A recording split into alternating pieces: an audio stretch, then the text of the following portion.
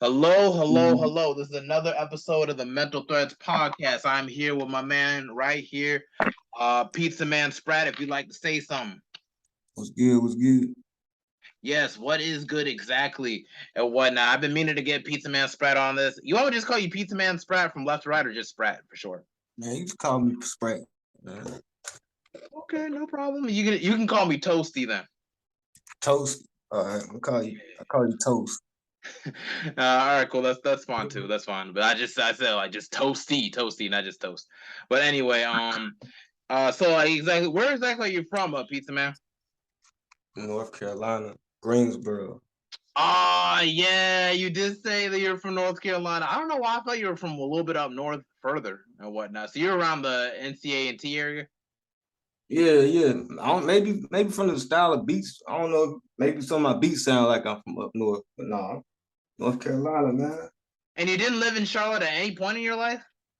Yeah, I went to JCSU. Oh, okay, that's why your last song says BD's Ford on it. Yeah, that's my street. Oh, that's cool. All right, cool. Most of my friends are from West Side, so it's just like it's just like I'm more like a kindred with the West Side, basically, than I would say like my side. I grew up on the East and everything, but it's just I might see if I can pull up on them tomorrow actually, because my one of my main friends just got a promotion at his job. I think from an internship to a main job because of the same year up program I'm part of. So I need to touch base with him on that. How long did you live on West Side, Charlotte? I was in Charlotte for a good 7 years, man. Oh, okay. And wait, did you live anywhere before that, or you just were I was, just kicking it for a little I bit? was, I was down there to go to college and everything. I went there um, get a degree in computer science. Oh, really? Okay. And how'd that go? You just said fuck it and just moved on. Like you went to Johnson C. Smith or something like that. I completed it, got my paperwork and everything, bro. It's just that I'm in between jobs. I got a gig, but you know, still doing this music, but computer science job, they require so many certifications. I ain't found nothing in that field yet. Dang, bro. I always thought that maybe computer science, so it's just like easy to get a job and whatnot after. Because I'm just thinking like because that's where the future's gonna be at, and so it's just like between manual labor and everything. I just thought that was gonna be like the main thing, and stuff of that I, nature.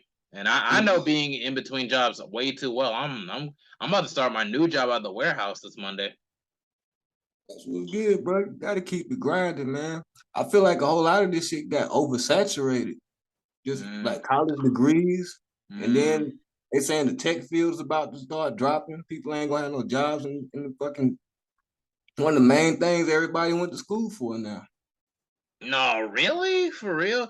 Yeah, man. I mean, I went to school for business marketing. So it's just like, I'm always going to be needed. I mean, not needed, but I'm always going to be like, there's always going to be an industry that's going to need somebody for marketing. So it's just like, I mean, that's just we live in a capitalistic society. So it's just like, I felt like that was just kind of more up my alley and everything in terms of just building a brand and trying to put out a brand and stuff of that nature, just anything like that. So it's just like I think about computer science. I feel like you're probably like a crazy good mathematician or something. Does it take a whole you have to be really really good at math to be a computer science major?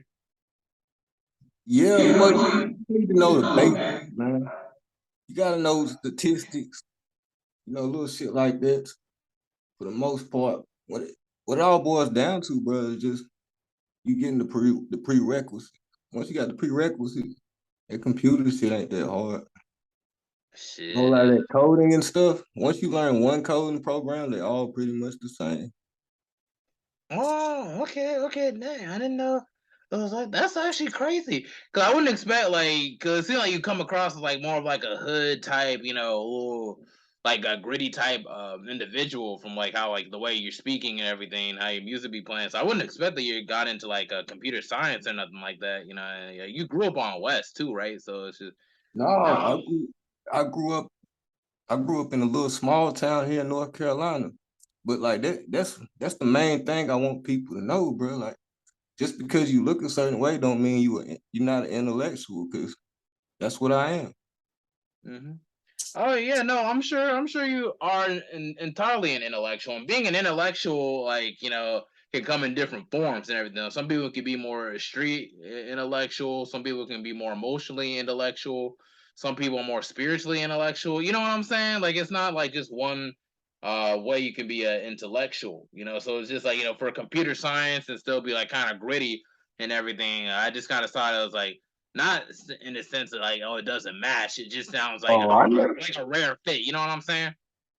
Yeah, I know exactly what you mean, bro. And just to get on that topic, I got a game. I got my own game on my website. I'm gonna send you a link to try that shit out. Yeah, you do got your own website too. I do really. Yeah, you made your own website yourself, right? I got my school friends, man. It's all about networking, bro. Like that's one of the number Oh one things. So one of my school friends, he started getting into developing websites. So he hooked me up. I just gave him the idea. shit, man, you need to connect me with him, dude, because I'm trying to. I might need to get a website for sure, because I'm gonna be touching base with so many things outside of podcasting too. Like I know I do music also, and plus I'm thinking about maybe somewhere down the line I could probably start writing books. Maybe start a YouTube channel, maybe drop a clothing brand. So I might have to put all that on the website. You know what I'm saying? Like not just Linktree. You know what I mean? Definitely. And that clothing brand, if you ever start selling clothes, bro, that should take off depending on I say depending on where you get the clothing from. Like a lot of people outsource and get that shit from China. That's how you make all profits. Mm. Okay, I didn't know that. Because I was thinking about probably starting through Shopify and everything, getting them to like print it for me and everything. Like I already know how to make the logos and designs. I could probably edit it and everything. It's really just more just about like just getting it online so it could be able to be bought and printed offline, and then they could just head to I saw exactly what you're talking about on yeah. Shopify. Yeah, Yeah, I need to figure out how to get that situated. 'Cause I feel like I've been trying to do that multiple times, but I didn't know like how to do it because it's just like because it just became a whole lot. So I don't know. Maybe I need to check out some YouTube videos. Maybe I have to review it a little bit better. I don't even know, man. yeah. But yeah, that's one of the main things I want to knock off my bucket list like next year for sure. I found out Fiverr is a good place to go when you don't know how to do stuff. Because you can find somebody on there that can help you out, or they might do it for you. You just got to pay them a little bit. Oh wait, what's the name of the thing you're talking about? Fiverr. Fiverr. Okay, yeah. I need to definitely look up Fiverr for sure then, and see what's up with that. Cause like from a website, from me trying to start a YouTube channel, which I think I just need to just get a new phone, like maybe like an iPhone or something like that, and like maybe then take it from there and then do that. Cause I'm pretty consistent when I start anything, so it's just like it'll just be a matter of just me just exposing myself to that situations and then taking it from there. Yeah, bro. All about the quality. As long as you're doing good quality shit, people will return. Oh yeah, no, I bet. But back to you though. What led you to like wanting to go into like school for computer science? And what school did you go to? You went to James Johnson C. Smith, right? I went to JCSU in Charlotte. I was gonna get into, I was gonna get into business like you, but they actually require more math classes.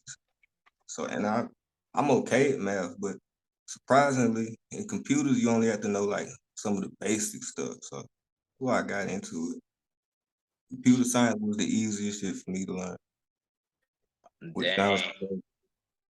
Oh dang, man. I don't know, man. Cause I'm a business student, man, and I don't even remember taking too many bit like math class and whatnot. And math is my strength and everything, but it's like, dude, I think I took like one statistics class, and I don't even know how I passed that class. I'm not even gonna lie.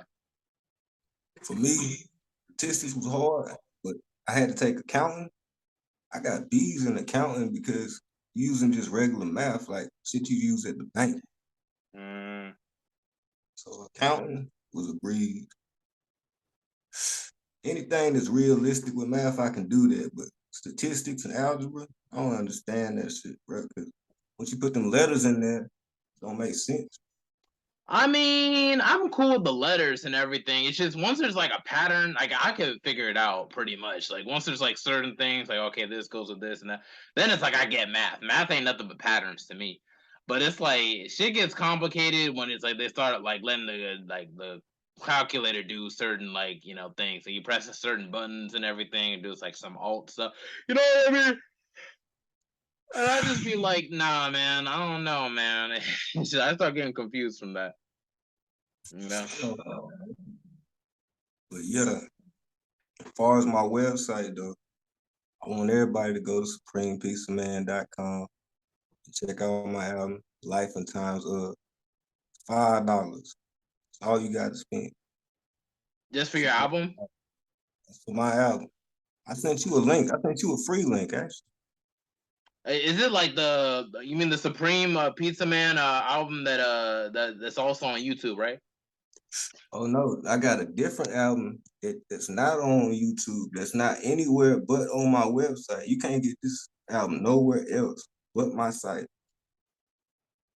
Oh, So okay. I mean, hey, I'll probably see if I can support next time I get paid for sure, man. I don't even know where my bank account is at right now, to be honest. I'm on that weird space where it's just like like I ain't even checked my bank account in a while. It's just like I'm just going out and eating and shit. You know what I mean? hey, I know how it goes. I know how. Like I'll feel more confident once this next check comes in. I'll be like, okay, let me hit up this dude Pizza Man. I actually saw a beat pack earlier today, and it was like it had some of the most fire beats I heard in a while. Like just off the 3 beats I heard off of it, and it's like it was like 50 beats for $35, and I'm like, shit, I might. I mean, you might as well if it's some good ones. For me, when people be sending me beats to my email and stuff like that and beat packs, I check them every now and then, but for the most part, I still got my set producers I work with. I won't really go out my bag, go out my little chain that I already have. Yeah, man, it's so crazy. Like when it comes to beat packs, I feel like I'm a hoarder for beat packs because it's like it's just like I just feel like it just sits in my emails and stuff. Like and it just stacks up over time. I'll be having like 100, and then add another 100, and then 250, and then 300 songs, and then 300 beats, and it just adds up over time. Like I feel like I wouldn't be surprised if I had over like 1,000 beats just off my computer alone.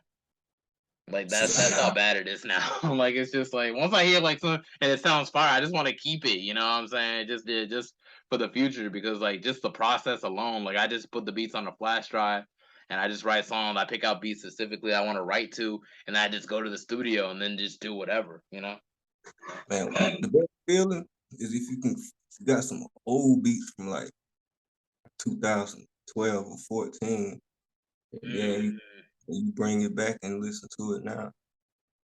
If you can do something on a beat that's from way back, it means it's timeless. A lot of shit is dated, so you can't just go back and do it. So that's how you know it's a good beat. Yeah, no, seriously, not even just that, but it's just like, you feel like nobody else has heard it either. That's one of the best feelings too. Like if it's like you see it on YouTube and it's like comes out years ago, it's only like 30 to maybe like 400 people listen to it or maybe a views of it and everything. You're like, Yeah, yes, because then it's just like then it's like even if somebody did take it that it hasn't blown up yet, but it's like, then you can keep it for yourself. You know what I'm saying? Like, okay, like I could really do something with this, and like if it really blows up into something, like crazy and whatnot, then it's just like, like there's more chances there, because it'd be hard because like you got to buy certain rights, but if it's like free for profit type stuff, like then it's like then you're still good and whatnot, I guess, and then unless you got to get like a lease and stuff of that yeah, nature. I try to lease all my shit because I want to put all my stuff out there. If I don't lease it, I try not to even try not to do that shit because you'll be doing songs and it really don't hold no. I mean, it might hold a purpose to you, but for me, I feel like I gotta make sure I can have some kind of ownership. Yeah, no, seriously. I mean, that's why I always try to find as much free for profit stuff I can find, or at least just buy B packs all at once, so they can at least give me all the rights, as they can. Cause like like especially next year, like I'm really trying to plan to really like put as much songs out as I can. Like any chance I get to go into the studio like this year, like I'm gonna take it. Like especially before I relocate to DC for sure. So, so what you think as far as releasing music? You like quality or quantity? Which one? Which one you do? I feel like quality only gets better like the more you expose yourself to the process, and I feel like that's only through like going over and over again. So that's kind of like my philosophy when it comes to music. Like when I dropped my first project, like Ego Trip and everything, like the more I got into the studio, the better I felt like I was getting at like making a song, catching up with a beat, stuff of that nature. All those like it's your first project, so it's gonna come out kind of rough anyway, but hearing like the reviews, like, oh yeah, this is good, this is good, this is all right. But then it's like thing like, oh, it could have been better. Like the more I go into the studio, the better I'll get. You know what I'm saying? So it's like that's how I'm kind of beating myself up. Cause I feel like this whole year I wasn't able to like go into the studio as I wanted to. And yeah, I feel like, I feel that's a lot of missed opportunities for growth. You feel what I'm saying? So I feel like quantity builds quality to that degree. Yeah. Especially Sorry, say that again. when you first starting off, you trying to get established. Yeah, you need to do a whole lot of songs. But I say as you start getting up in there, you done put out about maybe 4 projects. That's when it starts to be about quality. Oh yeah, no, surely. Like just like how like Kendrick Lamar and J. Cole when they were coming out, they had mixtape. They had a whole lot of mixtape, not a whole lot of mixtape, but they had a whole they had quantable like an abundant amount of content out before they were really dropping their main albums. You feel what I'm saying? Like a Born Sinner and a Sideline Story and 2014 Forest Hills Drive. Like before that on J. Cole's case, it was like the warm up. Yours truly, and the comeback, and just stuff like that. It's just like I feel like to really build a fan base, I feel like you start building a fan base like a very like straightforward fan base like in your mixtape era. You know what I mean? Like as an artist.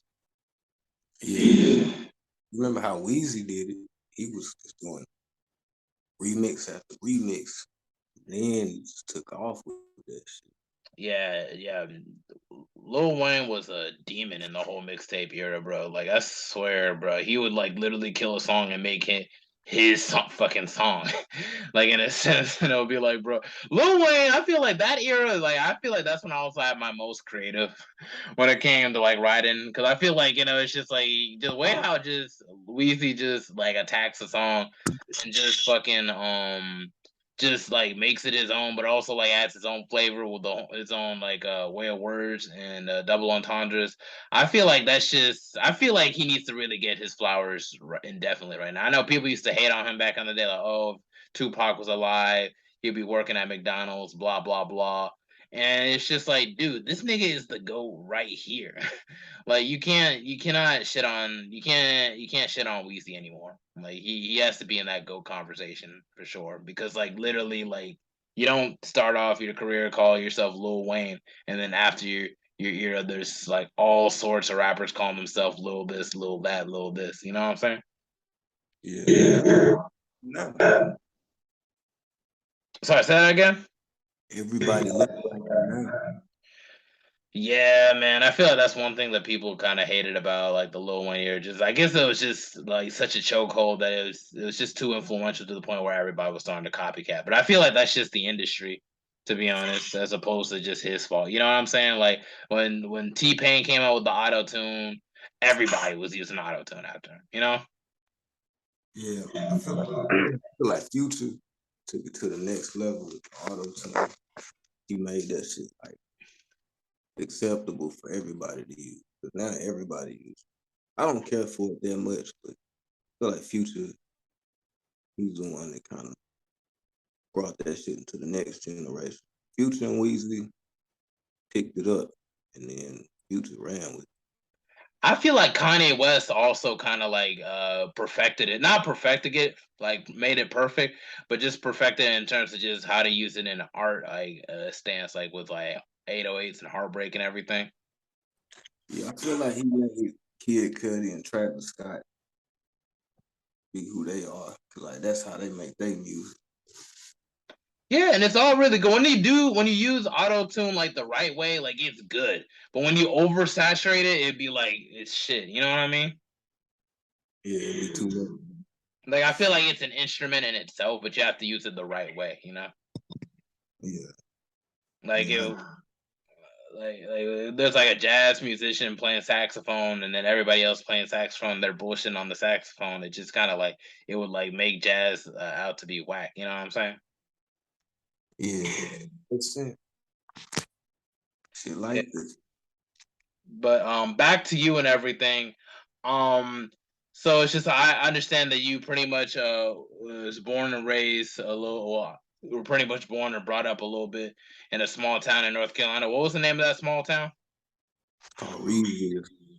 Reville? Reedsville. Yeah, Reedsville. And then you moved to Charlotte and now you live in Greensboro right now. yeah. Oh, Out here, okay. yeah. Shit crazy out here, man. In Greensboro? Yeah, it got bad out here. I think Charlotte's still, one of the still higher crime rate cities, but Greensboro's getting bad.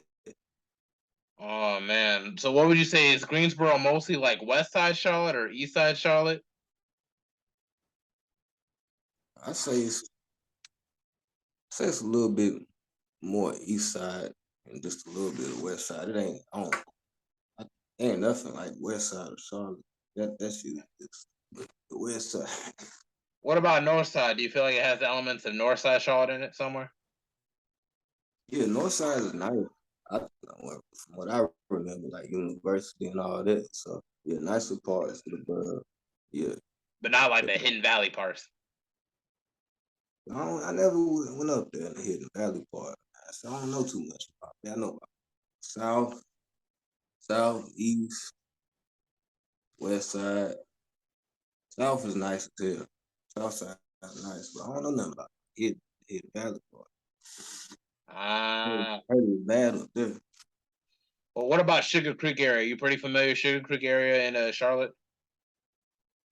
Yeah, I done been through there. Ah, okay, well, like, would you like what parts of Charlotte kind of reminds you like of Greensboro? I would say more east side and north side. Ah, okay, okay, cool. 'Cause I ain't been there only like maybe a couple times. I'm passing through everything. I think I had to drop off one of my friends in Greensboro like once, but that's just about it. Like I'm not too familiar. By I A wish I and could get T, more familiar though. by A&T is like the west side. Mm. Just that little area though, right by A&T. Nothing else. Yeah, and I know like a lot of the HBCUs are usually like set up in the middle of the hood someplace. Like I know, like I went to North Carolina Central University, and we're right by the hood. So it's like like that was crazy. Oh yeah, you already know. For some reason it has to be in the hood. They gotta put Mm. the black college right there. Yeah, no, for real. But it's all cool. It's all a vibe to me, to be honest. But anyway, back to you though. And transitioning from like your from the small town you grew up in to Charlotte and then now living to Greensboro, like how do you like describe the transitions between those three towns? I mean, say the hardest one is going from a small town to Charlotte. You don't know what the fuck is going on when you go to a big city. You see all them big ass buildings and you just looking up and shit. You gotta get used to riding the bus and stuff. Hmm. You So know. it was a bit of a culture shock for you on that end. Hell yeah, because you don't be around that many people. It's just a constant influx of people coming in and out of Charlotte. It ain't like that in Reedsville. You see the same motherfuckers. So that's different. So once I went to Charlotte and then came to the borough ain't really big as Charlotte, so it's like it's pretty light. It ain't as much of a culture shock. Oh, okay. So would you say you're more comfortable in the smaller towns, like maybe a Greensboro or the small town that you grew up in, and compared to like Charlotte and whatnot? I like the outskirts. So if I was anywhere, you know, anywhere besides a small town, but if I'm gonna be in a bigger city or a larger area, put me in the outskirts of that larger area. Don't put me smack dab in the middle of shit. Ah, so you're not. We wouldn't describe yourself as a city type of cat. You're more of like an out the country type. Yeah, just away from shit. I don't like to be around too much. You know, you get jammed up on account of somebody else these days. Mm. Yeah, no, I feel it. I feel it. Did you have any struggles growing up in Charlotte and whatnot? You know, in regards, 'cause I know you had a bit of a transition, a whole lot of a culture shock and whatnot.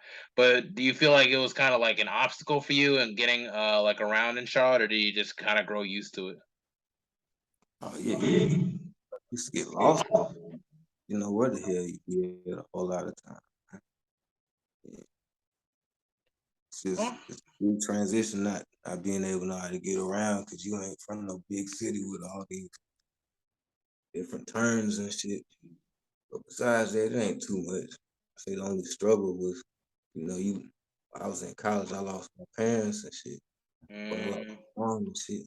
But besides that, that was uh, also something to make you want to finish school. So I had to use that as fuel or whatever. But that was definitely a struggle. dang, I'm sorry to hear that. You telling me that you literally lost both your parents while you're in college? This is my mother. I lost my father earlier in life. But not the same time period. Okay. And what age were you when you lost your father? Shit, I was young. I was like 12, 13.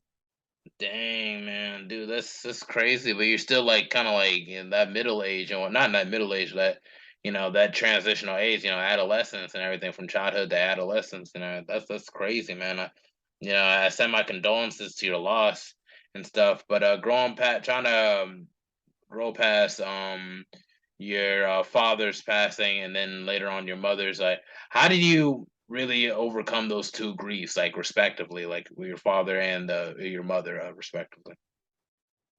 I mean, I guess everybody deal with grief differently, but you gotta find something to do.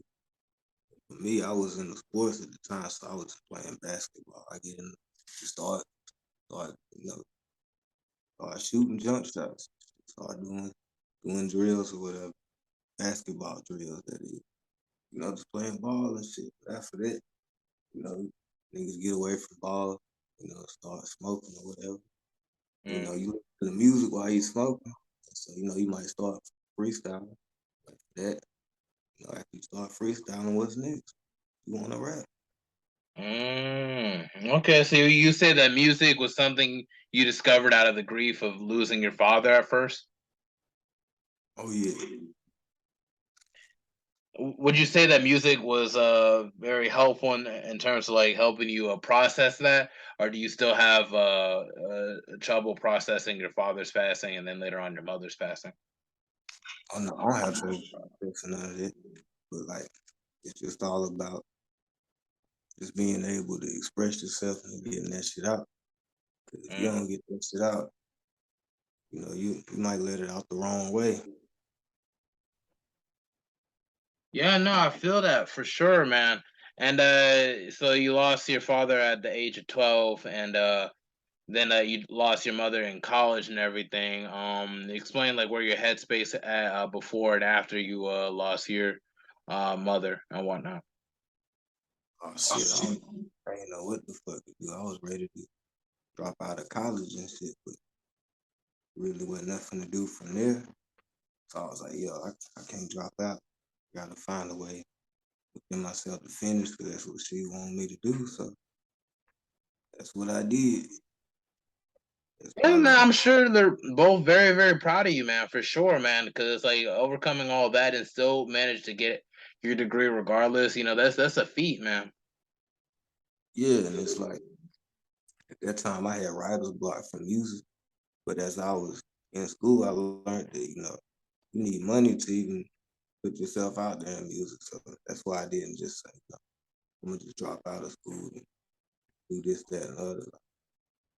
You gotta have some source of income these days. It just don't work like magic like niggas think.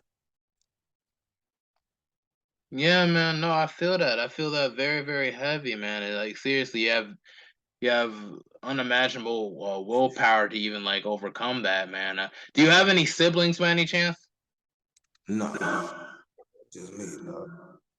Dang, it's just you, man. So that's like, so you just have to be strong just for you and everything.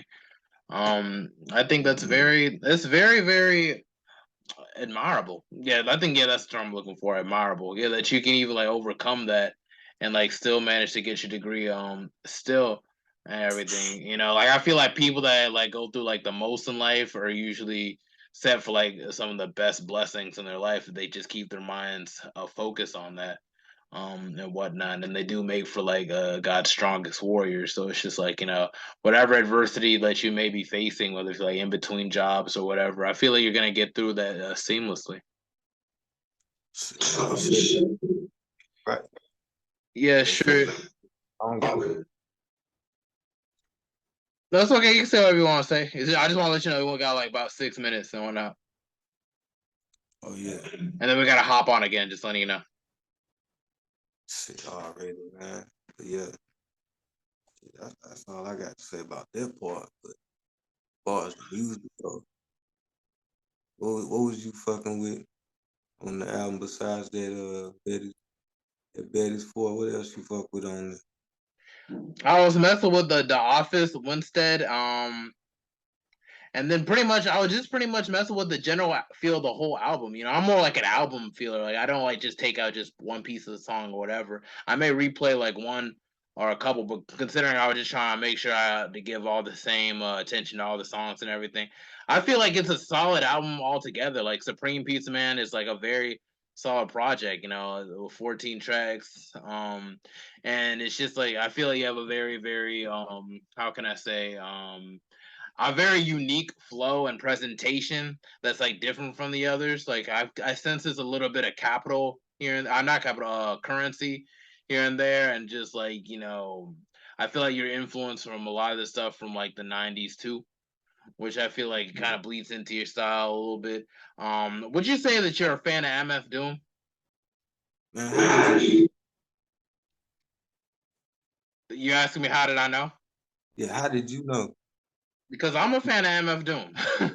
we real recognize real, man. I can tell just from how the cadence of how you rap and everything, and just the general feel, and also just the callback to, you know, food. Also, a Pizza Man being a reflecting off of his food project also. But we're gonna go more deeper into that in the next recording and everything, since we only got about a good 5 minutes left, and I don't want to have to cut you off and everything. So like the second half of this interview process, we're gonna focus more on your influences, what led you into music, and you know, just where you trying to take it from there. And that's cool with you, right? Yeah, that's cool. All right, cool. I'm gonna end this right quick, and then we're gonna hop on a little bit. I'm gonna just let you know when this thing will be more open. Okay. All right. All right, cool. See you in part two.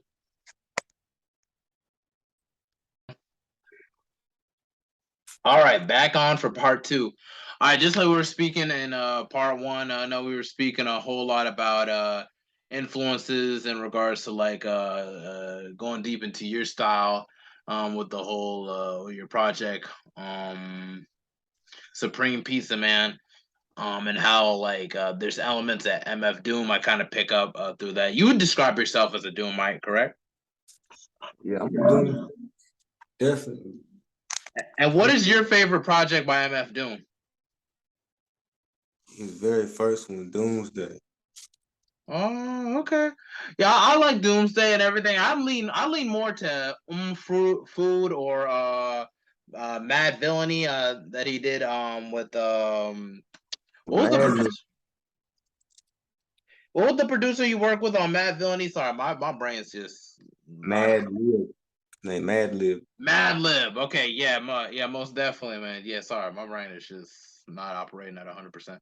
But it's like, but yeah, man, it's just MF Doom, bro. Like he really showcased a whole another dimension to rap music. It's just when I think like rap couldn't be like expressed differently and everything. 'Cause it was mostly Tupac and Big that got me more intrigued into rap and showed me new dimensions of what rap music could be entirely. If you listen to Doom, it could be a cartoon. Like you can imagine everything he's saying. No, seriously, and just the double entendres and just all sorts of things. that he'd be saying. It just be like, he raps like he's talking to you. And I feel like that's one of the main things that kind of sticks out to me is like it just sounds like some guy that you're just speaking to, but he's like putting you on game to so many other things and everything. God bless his heart, man. I couldn't believe he passed away back in was it 2021 he passed away, or was it 2020, the end of 2020? I think it was 2020. I can't believe it's already been close to 2020, man. Yeah, he passed away in October of 2020, right? I think he passed away sooner than that, but that's when the information got released. Yeah, in December of 2020, but he was actually, I think he passed away back in October of 2020. Yeah, it's crazy. Yeah, that was insane, man. I didn't know how to feel about that. Yeah, man. They said he was sick on the low, man. Yeah, what was it like? Was it like pneumonia or something like that, or was it just? I think he had something wrong with his he had a few little, he was drinking a little bit, so he might have complications like that from drinking. Dang, that sucks. Yeah, because I think his son passed away before he did when he was young. Like His our son brother, was his young. brother died too. Yeah, that was before he became MF Doom. Yeah. Yeah, man, he went through a lot, man. He lost a lot, and then he just ended up passing away himself. But I feel like he left like a pretty damn good like legacy behind too, man. Because it's like there's just so many people that he's influenced, from Tyler the Creator to Earl Sweatshirt, to even Yeah. you, and just the list goes on forever. Inside Gun. Yes, it was definitely West Side Gun for sure. Yeah. I like his beat selection. West Side Gun be picking the perfect beat. And MF Doom be making some really, really timeless beats too, man. Like I know on my bucket list for sure, I definitely want to drop a project where it's just me just rapping over like all his like not all of it, but it's just like or it's just all the whole album is just filled with beats from the Special Herbs projects and everything. Yeah, he got a real good one. I think it's like a calamus root. They all named after different roots. Yeah, One or of like spices and stuff. one beat is called bergamot. That's just stupid. And burdock root Oh, burdock, that beat stupid too. and vermilion. Yeah, man, he went crazy with all them beats. Isn't there a beat called saffron? I bet it is. I wouldn't be surprised. Yeah, man, it's just MF Doom. It's just like I don't know, man. It's just one thing I definitely. It's just there's a bucket list of just type of projects I want to drop and everything, and it's just one of them is for sure. I want to do a tribute project to MF Doom and everything, where it's just his beats, and then that's just what the project is. And if I could just make sequel after sequel of that project, it's a mixtape and everything. Like I just him definitely MF Doom beats, J Dilla beats, Alchemist beats for sure. Somewhere down the line, and it's just like, yeah, man, it's just like because it's just like it's so crazy how you can get inspired just from a beat. You know what I mean? So it's all about the beats. I wouldn't say it's all about the beats. There's just certain things like it's just like there's the cadence and the flow that also come that we all get influenced by a lot of our predecessors and everything. I feel like that plays a huge mark because you got to learn how to like rap and flow over the beat and everything, and also learn like how to pretty much draw your soul into it. Really entangle your soul into your art through a beat, basically. Yeah, I agree. You gotta have beat selection because if you don't got beat selection, your project could be ass out here. Oh yeah, most definitely. I totally agree, but I feel like that's just more surface level. Like you should definitely know that. Like you cannot try to put a project together with trash beats, man. That You could have a high quality beat, but the sound might not match how your voice is on the beat. Like you can have bad beat selection that way. Like, yeah, but it's like, would you rather like be really rap really good on a shitty beat, or and then you keep pushing that, or rap decently, but like on a on a really, really, really like good beat and whatnot. Like just like it's not too good to others, it's just whatever, but on a really, really good beat. I would honestly say it really depends on the cadence of the beat. But you can Mm, find, because I done heard some real trashy beats where you'll be like, you know what? I think I need to hop on this for shock value because this sounds crazy. mm. Personally, I'd rather like for ego for pride purposes, I'd rather just rap really, really good on a shitty beat. Because then it's like, okay, then they'll just notice your skill more. You know what I'm saying? Like you hear like a Playboy Cardi song and be like, like they notice me. It's like that beat slaps so hard, but it's just him saying they notice me. They notice me, like, and that's just it. And it's just like I still like that song, but it's just like at the same token time you gotta realize that all he's saying is they notice me, and then introducing a little baby talk or whatever in between. And it's like I felt like that was kind of like a waste of a good beat, to be honest. But I mean, he still But cons and see, makes it. I like Playboy Cardi. Like what he be doing with that little chipmunk voice, I feel like it's futuristic. I Yeah, no, like it, but at the same time, I know how it can get overly did. mm, yeah, no, surely, no, most definitely. And outside of MF Doom, what are some other influences that you have for your music, or just you as an artist? Clipse and Wu-Tang. Who and the Wu-Tang? Yeah, Clipse and Wu-Tang. Oh, Clipse, like Malice and Pusha T. Yeah, because they from Virginia. They right next to North Carolina. They right above me. Oh yeah, and were Clips like produced by Pharrell at one point? Yeah, that's where they came from. That's their homeboy. Yeah, okay, all right. I feel that. I feel that. I feel that. I didn't get too familiar with Clips. I am familiar with Pusha T and everything a little bit more than the whole Clips collective. Cause I know they've been rapping since like how long? 2004. Yeah, 2004, man. Yeah, it's been a minute. Cause I know they kind of influenced Drake for a little bit, and then Pusha T ends up beefing with Drake years later, which is crazy. Um, and then like Malice became like a Christian rapper called No Malice. Yeah, man. He found God. Found God. I need to check their catalog a little bit more closely because they were influential to some degree. How do you feel Clips influences you in your music? Because I'm not too familiar with Clips. The way I'm familiar with like Wu-Tang Clan, I'm definitely familiar with Wu-Tang Clan. But I want to speak about like I want to hear like what's your stance on Clips? Clips is using real like live beats that Pharrell was doing. Like, he was playing instruments. So Mm.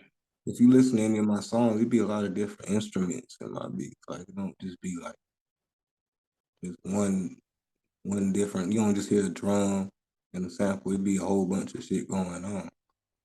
So it's not typical. It's what you're saying. Exactly. Yeah, no, I feel that. Yeah, I think I feel like I hear what you're saying right now. Like in regard, I'm gonna have to check out your music a little bit more extensively now. Maybe listen a little bit more to clips to see what how it kind of like holds up in regards to what you got going on. But yeah, man, having stuff like different instruments could really set the tone. Not just for your album, but even could set the tone for a movement too. Because it's like literally every side of like America when it comes to hip hop, there's like they got their own distinct sound that just like you just kind of find elements of and other songs and everything and other artists. Like you got New York with the whole boom bop thing going for them, and then you got the West Coast, California with like their form of G funk and everything of that nature. And then you got like Louisiana with what they've got, and then Tennessee with what they got, and then Houston with the whole chopped and screwed situation. You know what I'm saying? Like everybody has their own flavor and everything. Would you say that Virginia is more like instrumental and how can I say yeah, instrument based when it comes to making beats and stuff of that nature? Yeah, Virginia's funky. Mm. So Virginia is more like the funky side, is what you're saying. Indeed. It's definitely funky. Ain't Wale from that side of town in Virginia someplace? I don't know. I think he might be from either from Maryland or DC.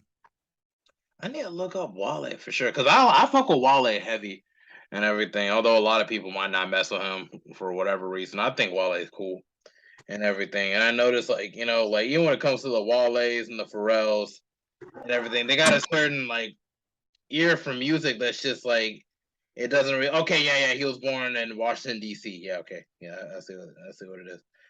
Um, but yeah, man, it's just one of those things, or it's just like I feel like Virginia does has a certain sound, that's more in depth with just being more poetic, and not just in like the rap side of things, but also in like the instrumental side of things too, like with the instruments, uh, you know, Playing the guitar, yeah, just kind of playing, pouring more life into like it, where it's not typical. You know what I'm saying? yeah, it ain't what you normally gonna hear. Do you feel like there should be more focus on artists in the DMV and Virginia area, especially? Yeah, North Carolina. Yeah, North Carolina, especially, but like, yeah, just if we have to speak on like states that are just kind of like underrated and everything, I feel like Virginia's definitely up there for like being underrated because I feel like there's been a whole lot of influence out of Virginia, that's hasn't been regarded as much as I feel like we needed to. Like Yeah, we obviously what Timberland from Virginia. Timberland's from Virginia. That's that's a big one. And then you got obviously Pharrell with the Neptunes and everything. Got Chris Brown. Yeah, Chris Brown especially. Come on, I'm about to look up who are some other artists from Virginia rap artists from Virginia. Yeah, Missy Elliott is from Virginia. Yeah. Missy What Elliott, dope. Timbaland, and then it just goes on for their Big Pooh, Clipse, obviously, Family. Yeah, With family. the Lady of Rage is from Virginia. Damn. I didn't know because like her origins in Los Angeles, but how she was born in Virginia, I guess. So Pusha T, Malice, obviously we already spoke about them. Timbaland, Pharrell, Yeah. and then there's some people called Wu Syndicate, and they say there's a group from Virginia consisting of Joe Mafia, Napoleon, and Melansky. Oh, okay, yeah. It's like this is weird. Like Wu Syndicate, I don't even know if they're really affiliated with the Wu-Tang. Oh yeah, they are actually affiliated with Wu-Tang Records. Okay, I see. I'm just looking up all this other stuff when we should be like having conversations about it. But it's like, yeah, man, I feel like Virginia is one of those underrated um places in regards to hip hop, but I feel like we need to definitely give Virginia their flowers and whatnot. But Yeah. in regards to North Carolina, I don't know. I feel like we still need more growing room and everything. You still got the baby, and we got J. Cole, and we got PD Pablo and stuff. But I feel like we definitely need to just. I feel like our time is coming very soon. Definitely in the 2020s for sure. I can sense it. I can feel it. But it's still going to be a process altogether. You feel what I'm saying? Man, they got Eddie P. Franklin. Say that again. My bad. It's just it seems like the sound's kind of cutting in and out. But yeah, say that again. Eddie P. Franklin. He from North Carolina. He knew. And De Niro Ferrar. You hear about De Niro Ferrar, right? Yeah, I heard of him. Yeah, with the whole new Charlotte track and everything. We need to really get back to that style for sure. Like we need to start sampling anime, like how they did for that one song, like a new Charlotte. Yeah, I know you're talking. Yeah, I know you know what I'm talking about. How they sampled Elfin Lied and stuff of that nature. I need to hear it. Yeah, definitely look up where they got the sample from. Look up anime. Actually, I'm gonna send it to you. I'm gonna send it to you like when we find time after. This one, they I know exactly what they got the sample from. I feel like we need to really, uh, I don't want to say like bite off that style, but definitely carry that style a little bit more. Because I feel like that was really like blowing up like all over for a while, and then it just kind of died down for a bit. But it's still like a classic to me, like a hood classic. I have to check it out. I heard it, man. I Yeah, you gotta gotta hit. look up New Charlotte by De Niro, Ferrar, and I think somebody else. Yeah, he been doing it for a while, man. He been doing that shit. Yeah, I hope De Niro, Ferrar really gets more recognition for sure because it's just like it was suck about all that time it was like really just put out there, and then it's just like, oh wow, it's just nothing came. Yeah, like he has like over like 100K subscribers. I feel like yeah, he's doing pretty well. I need to really check out more of his music, but yeah, he good, definitely good. Hold on, let's see. De Niro from no, it's Duru the King that did that song. Yeah, man, it's a lot of good people coming from down here. Yeah, I need to really check in more with Duru the King for sure. He only has like 1K subscribers on YouTube, but I don't know. Do you feel like what do you think is our main issue in North Carolina instead of like growing like what do you think is holding us back as a people? As far as music, we just don't share each other's stuff. Yeah, Once like you share each other's stuff would be good because that's what they do. Like, we're more likely to support our people after we blow up and not like during, right? yeah, that's all they did. You gotta appeal to I Texas, I, California. I feel like we were behind the baby for a while, but then it's just like after past controversy and the way people are just hating on dude, like I don't know, man. It's just I don't feel like they should be beating up on the baby the way that they are like publicly, like not beating up on him because like nobody beat him up before, but I mean like in terms of just like I feel like they over criticize him. You know what I'm saying? Yeah, he's getting a lot of scrutiny right now. Getting a lot of scrutiny. Yeah, I feel like sometimes I feel like maybe some of it, yeah, okay, he might call it on himself a little bit, but I still don't feel like it was still like anything like the sweat. You know what I'm saying? Like the whole rolling out thing about the whole like him like just trying to hype the crowd up. Like I didn't think that was anything worth controversy. That could have been like an apology, and that would have been it. Then him getting into a fight with his baby mama's like a brother or something like that, and then the But whole nowadays, a lot of people, it's not just music, so keeping yeah. people keeping people into it, and people sharing all the stuff that's happening in between the songs. So some of it's good for money. So I mean, some of it's bad, some of it's good.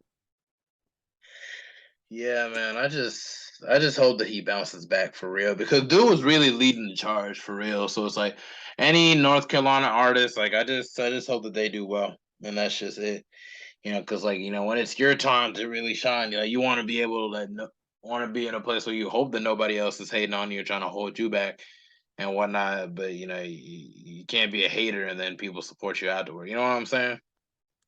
Yeah, folk And will then, folk will try to cancel you if you say something crazy these days.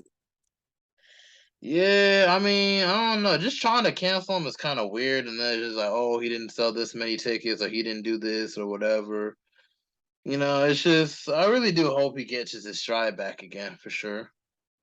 I know he'll be straight, man. He already doing good. It's just the internet making it sound like he's doing bad. He doing just fine.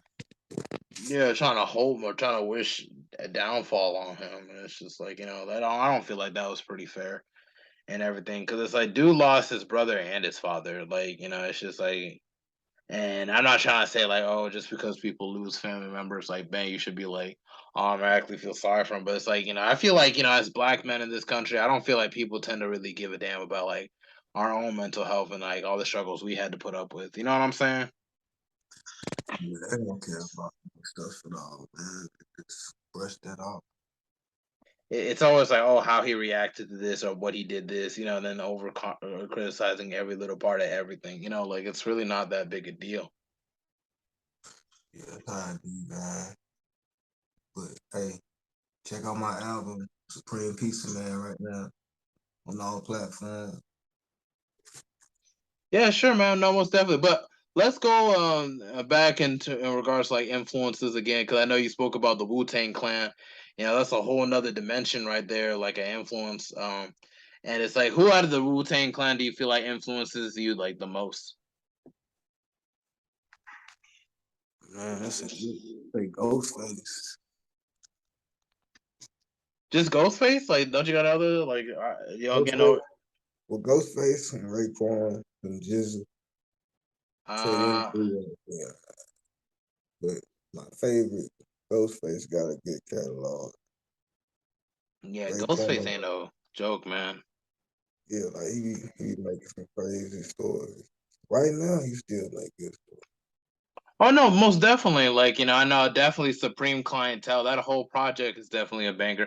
I haven't listened to those songs. My favorite song off Supreme Clientele is One. That's my Yeah, favorite. man, he put out an album in 2014 called Sour Soul. Mm, yeah, Yeah, man. It's just like even you with never heard Raekwon with like built for Cuban links and like Jizza with a liquid sword. I just love like the whole Wu-Tang catalog, bro. Like it's so crazy how much depth is going in that whole brand as a whole, you know? Yeah, I like how they put all of the karate into it. Make you get into it. Actually want to watch karate film.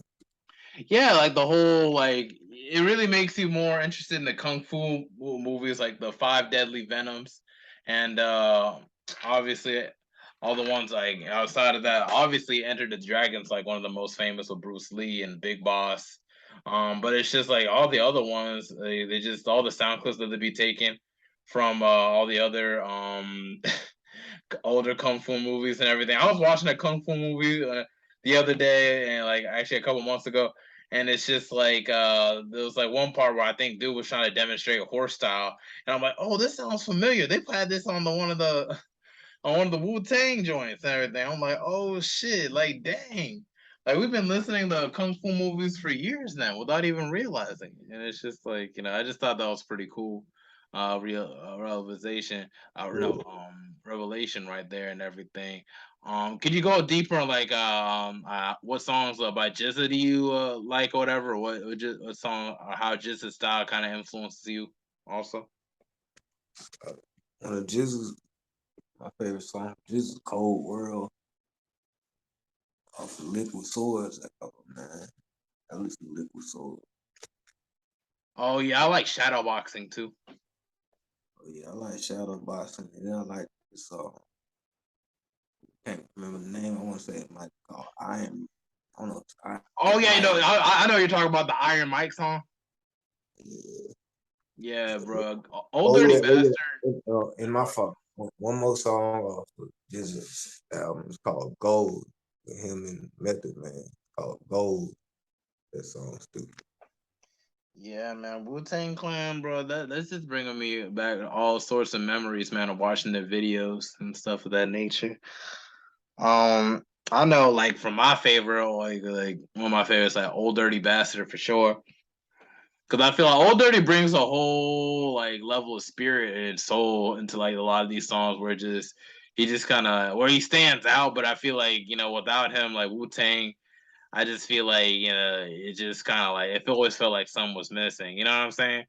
Like the project Raise Up the Iron Flag and whatnot. Like that was when his presence wasn't really as much present in that album. So I feel like that's just you just couldn't feel it. But those first projects and everything was obviously the freaking Enter the 36 Chambers and what was the one that came after that like with all them on the cover and like the world on it. I forget. New World Order. Is that what it was called? Like their sophomore album, Wu-Tang Clan. Yeah, I believe it was Wu World Order. Oh, Wu World Order. Okay, hold on. Let me just look it up real quick. Wu World.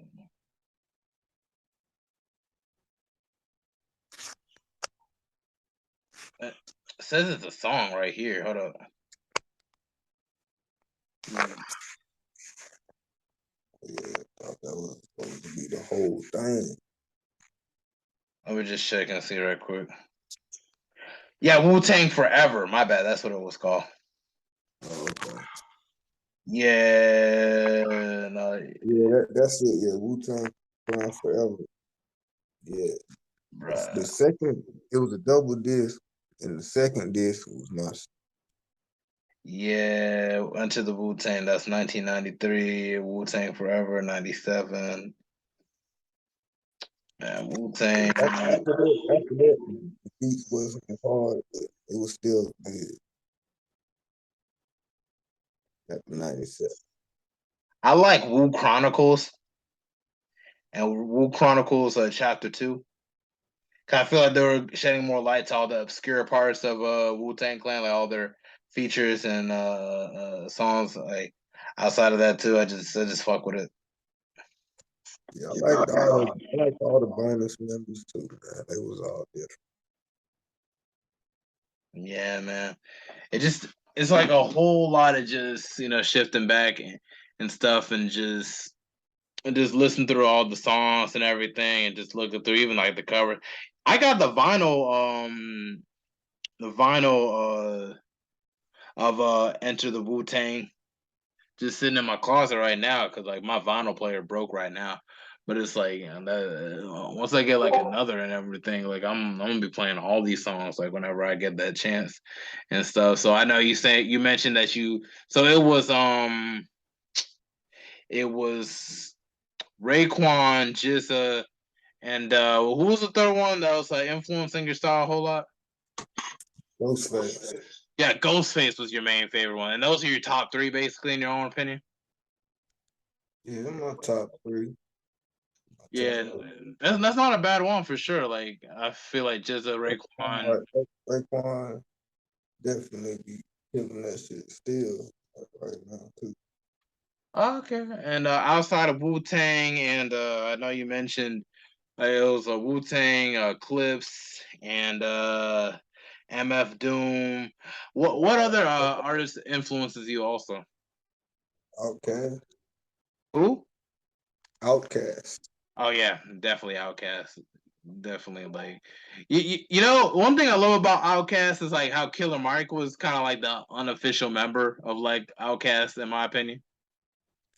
I like Killer Mike too, but I like Big Boy because Big Boy used to rap off beat, but it was still good, and niggas didn't even notice. Like he was one of the first niggas I knew to rap off beat. But it was, You feel like Big Boy was kind of like ahead of his time in that regard, huh? man, Big Boy had that flow. Yeah, Yeah, I just guess I was just more like I was more like drawn to like Andre 3000's presentation as a whole. but you know his of course Love Below is one of the greatest. Yeah, for sure, man. I also like Idlewild too with the Hollywood divorce. Yeah, I like Idlewild too, man. But it's just something about um, when Andre did that shit by himself. That shit just put him in a different level. Yeah, for sure. Oh, Um, did you know that shit went diamond what the Love Below? and the speaker box. Yeah. I think I know why. I think it had a lot to do with like the track on it saying "I like the way you move." Yeah, Hey y'all. yeah. I think that might have had something to do with it. But it's like that's cool that they went diamond, bro. That's great. Like when rappers go diamond and everything. I feel like at one point it was just like one rapper that did like maybe like an Eminem here, but it's like now it's becoming more like abundant like that rappers are going diamond, and I love that. Yeah, that's something great. So in regards to like how this music thing, like how'd you get into this music thing as a whole? Like it was pretty much growing out of grief, correct? Would you say that like rap as a whole has kind of healed you from a lot of that pain in your past? Yeah, man. It wasn't just primarily just from Greek either, but yeah, I was also listening to other people rap. That was, you know, in the same city as me, so that shit influenced me too. But yeah, it does help. It gets you out of where you currently at. Have you have you thinking outside the box? Yeah, man, I truly believe that and everything. And I feel like that's amazing that you're actually in this music thing. Like you actually already have like a marketability, a marketable edge to you, and everything with the whole pizza dynamic. And then it's just like going off from that to actually setting up your own website too, man. I feel like that's gonna really carry you a lot for like the next couple of years and everything. Oh, what are your plans in the next couple of years? Like, where do you see yourself in 5 years from now? Uh, having a lot of merch, selling my games, doing some trading. I'm in the forex, but not scamming. Though. I ain't scamming. Yeah, I know you're talking I'm about just, Bitcoin, right? no, I'm in the forex. I'm talking currency pair. Oh, okay. But in terms of music, like, where do you really see yourself 5 years from now? As far as music, 5 years from now, I'll still be, I still put out an album. Still put out an album every year. Still put out singles, but musically, I just feel like I'll still be exploring. Always trying to not necessarily keep up, but staying on some next shit, but also going with the times too. No, that's great. That's very very good, man. Seriously, and it's just like I feel like for sure, like I feel like you could even go further than that in the next 5 years, and I'm not bushing you for real. Like especially with the type of music that you're putting out, like just listening to your project and just how you're organized with your website situation, I feel like that's gonna carry you a lot further in this music thing than like the average like SoundCloud rapper or whoever, just putting music out just to put music out. You know what I'm saying? Like you got to be organized first and just hear like that you're a doomite and everything and just all the other like artists and everything that I also share I share deep respect for and pretty much grew up on myself. I feel like it was similar tastes like that. I feel like there's no way that you like can't like become like really really successful in this music thing as a whole and everything. I appreciate you for hopping on the Mental Threats podcast for episode 137, and I'd like to see you for season 3, like once I'm more mobile to job in between a city to city. Would that interest you? Yeah, I'll be ready. Let me know. Oh yeah, surely, definitely sometime after April of next year for sure. But that's it for the Mental Threats podcast. Is there anything else that you want to say before we go off? Go to my website and get Life and Times for Pizza Man. It's $5. SupremePizzaMan.com is the website. Gotta check that project out, man, for sure, most definitely. I'll be sure to hit that stuff up as soon as I get on my next paycheck. All right, that's it for the Mental Threats podcast. We're sewing in, and now we're sewing out.